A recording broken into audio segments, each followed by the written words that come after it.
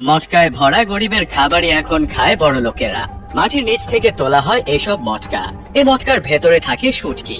পা দিয়ে শুটকি ঠেসে ঢোকানো হয় এসব মাটির মটকায়। একে বলে মটকা শুটকি বা চ্যাপা শুটকি। নদী বা খাল বিলের ছোট মাছ, বিশেষ করে পুঁটি মাছ এই শুটকির জন্য বেছে নেওয়া হয়।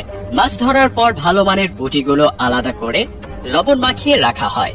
লবণ মাখানোর দুটি প্রধান কারণ রয়েছে। প্রথমত, লবণ মাছের অতিরিক্ত জলীয় অংশ শুষে নেয়, যা মাছকে দ্রুত শুকাতে সাহায্য করে।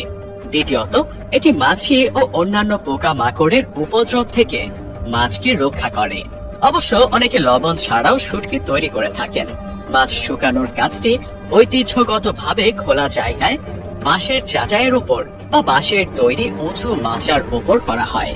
মাছগুলো রোদে বিছিয়ে দেওয়া হয় এবং এভাবে শুকাতে প্রায় 3 থেকে 5 দিন সময় লেগে যায়। প্রাথমিকভাবে শুকিয়ে যাওয়ার পর, অর্থাৎ 4 থেকে 5 দিন পর, শুটকিগুলো রোদ থেকে সরিয়ে বাড়ির আঙিনায় বা কোনো ছায়াযুক্ত জায়গায় এনে রাখা হয়।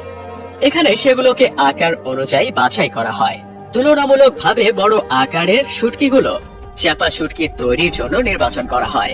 বাছাই করা শুটকিগুলো এরপর একটি বাঁশের মাচায় রেখে চাটাই দিয়ে ঢেকে প্রায় 7 দিন পর্যন্ত সংরক্ষণ করা যেতে পারে।